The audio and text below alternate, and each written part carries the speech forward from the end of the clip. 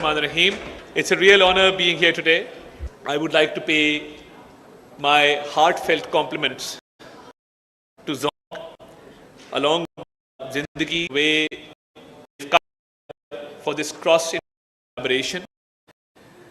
The government of Pakistan believes in financial inclusion, and for this, Prime Minister of Pakistan Shehbaz Sharif has not constituted a high-powered committee on cashless economy in every way of the step towards technological integration and towards a cashless economy to ensure transparency and financial inclusion.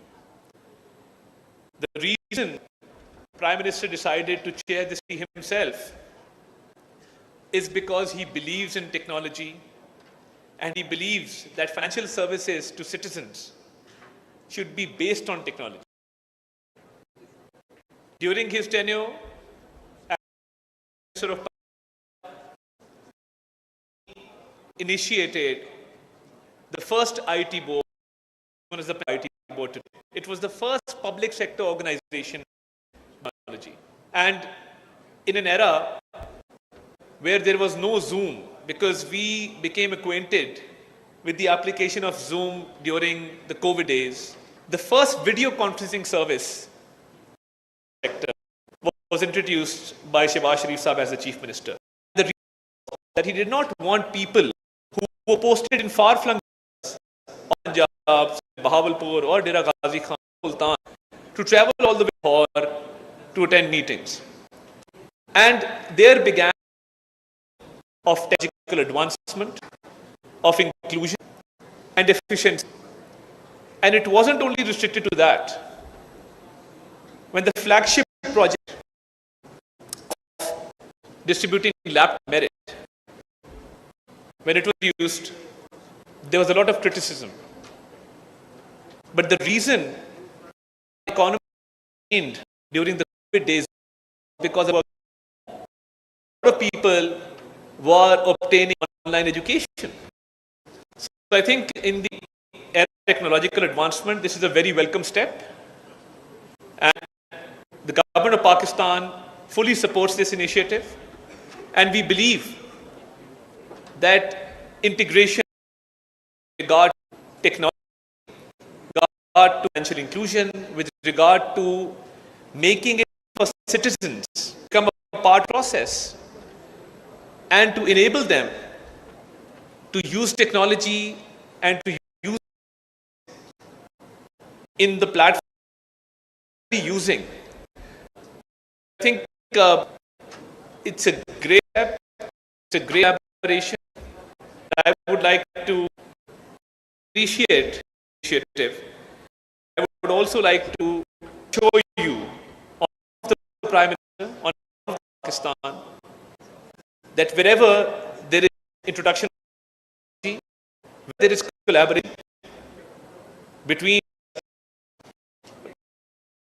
services, the technology, be it internet banking, wherever these three aspects come together, you will always find the government of Pakistan standing with you, shoulder, supporting your initiatives. This great initiative between Zindagi, Zong and GS Bank, and I'm glad you called it ZWallet because the era of Gen Z, ZWallet makes a lot of sense. So a pertinent name for a pertinent initiative. I would also show you the next cash economy meeting. We will be not only highlighting this aspect, but we will make it part of the press release issued by the so that other people can follow this example. And you've taken the lead. I've restricted myself to my heartfelt sentiments, and I've not done any paper reading today. And Randhawa and I worked together back in the day, so we know each other. So, very much again, deepest appreciation to GS, to Zindagi, and to coming together, making financial inclusion a reality, and making the lives of citizens very easy, and for combining internet banking, connectivity, all together, the end user convenient. Thank you very much in Pakistan. It is now my privilege to invite our Honorable State Minister of Finance, Mr. Bilal Azharkiani, on the stage. I'd like to start by congratulating both Zong and Jibank on this occasion, on this achievement of launching the ZWallet. I'll use this opportunity to shed some light on what the government is doing in this space and how this particular launch today will help that journey. The Prime Minister has been leading the Pakistan Cashless Initiative himself. There is a committee which he chairs himself, all the provinces. But equally importantly, we have private sector representation as well. The head of the PBA is there, Atif Bajwa Saab, two of the digital players representatives are there. And therefore, we've ended up having a very robust and very constructive set of debates and meetings in those committees over the past over a year now, which resulted in us setting some very defined KPIs, very defined targets, which we've been pursuing over the past year. So we split the initiative into three buckets. The first, or pillars. The first one was digital payments, adoption and innovation, which related to basically enabling the technology and the growth of adoption of digital payments by the Pakistani citizens and across the country as a whole. The adoption of digital payments by merchants, that number stood at 500,000 merchants in June last year. We had a target of achieving quadrupling that number to 2 million this June, and we've been able to cross that figure. So over the past year, we've been able to achieve merchants who have adopted digital payments of around 2.03 million as of end of June 2026. Similarly, we had a target of increasing the number of digital banking users from 95 million last June to 120 million users this past June, so June 2025 versus June 2026. And we were able to take that number to around 137 million, if my memory serves me correctly.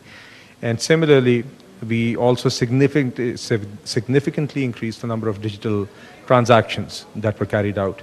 One of the things we did for this was, obviously, I think the growth of RAST has played a very important role in this.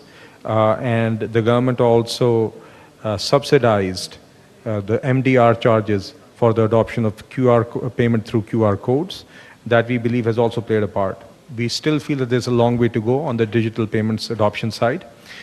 We feel, and this is one of the conversations we were having with JS Bank earlier today, that a lot still needs to be done to make the digital payment experience better for the citizen, for the user, for the customer, especially with QR codes. And that's one thing that we are now focusing on, especially with the private sector players. Similarly, on the government payment side, there has been a major effort to try and digitize government payments. And not just to digitize, partially, but fully. And when we started this initiative, when we spoke to some of the government agencies, the DG of the passport office is here, and he was also the chairman CDA at the time, and he played a very critical role in helping us move the digitization of CDA forward over the past year. Whenever we'd speak to an entity, they would say that we are fully digital in our payments, and what that seemed to mean was transferring an amount online from one place to another, but then issuing checks. So we really decided to have a very stringent definition of what digital meant, which meant you press a button at one end and the amount is received at the other end. No one should have to visit an office. No one should require human interaction. And by that standard, we've now tried to move government payments to RAST rails. That is not only limited to the federal government, but also the provincial governments. And so the finance division has taken it upon itself, upon the Prime Minister's directions, to coordinate this effort with the government, with the provincial governments as well. So I'll just give you a couple of figures.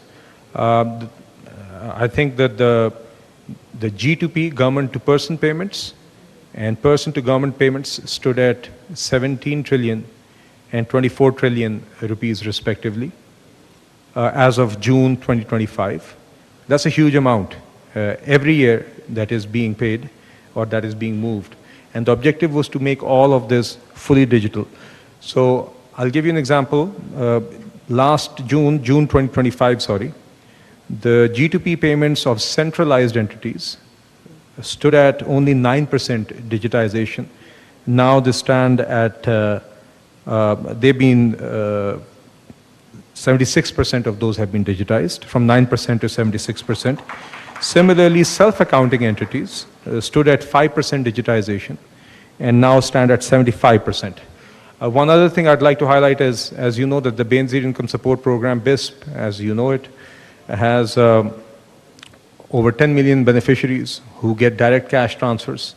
That has now been completely digitized. And within this year, what that means is that every BISP beneficiary will have a digital wallet, and the amount will be transferred to their digital wallet, which will be effectively nothing short of a bank account. An account, a wallet that they can use to pay their utility bills, an account and wallet that they can use to transfer funds, an account or a wallet that they can use to withdraw cash. This is a major transformation for those who are the most underprivileged, and the same beneficiaries previously have had to receive a code that they have had to take to an agent, and then that has itself entailed a cost and deductions. So that friction has been completely removed. But nonetheless, there's a long way to go, and the objective of the government is twofold that we are working towards together with the provinces. Certain high-impact entities have been identified, of which CDA, of which Passport Office, NADRA, NHA, transport authorities, the gas companies, the power companies. These have been identified as the priority companies where digitization can have the most impact in terms of creating convenience for the Pakistani citizen, and also the most effect in terms of digitizing payments across the board. But the objective is eventually twofold as far as government payment digitization is concerned. Firstly, all G2P payments have to be completely digitized, which means that all G2P payments can only be digital. The objective is eventually no checks. Any person who is getting paid by the government, whether it's an employee, whether it's a pensioner, whether it's a vendor, everyone should be receiving payments only digitally by the government or any government-owned entity at all. That's what we're working towards. On the other end, we're also working to ensure that all P2G payments are digitized, but that has a slightly different definition in the sense that we don't want to disempower the citizen of the cash option yet, but we want to ensure that whenever any citizen is going to pay the government anywhere, whether it's for a motor vehicle license, whether it's the toll tax, whether electricity bill, whatever service they're paying for, they should have the option of paying it with, they should have at least one digital option to make that payment. So that's what we're working towards. That is what every government agency and department in the federal and provincial governments is working towards, and this particular committee is working on. We'll continue this journey in the days to come, and we will definitely be needing the support and guidance and collaboration and partnership and advice of the private sector in this journey. So I just thought, like I do everywhere I go, I'd use this opportunity, and this seemed like a relevant place to share this update and getting advice and lessons from the experience of both Zong and JS in this journey that we can use for policy making and better improve our cashless initiative. So with that, I'd like to appreciate JS Bank and Zong once again and thank them once again for the opportunity and congratulate you all. Thank you very much.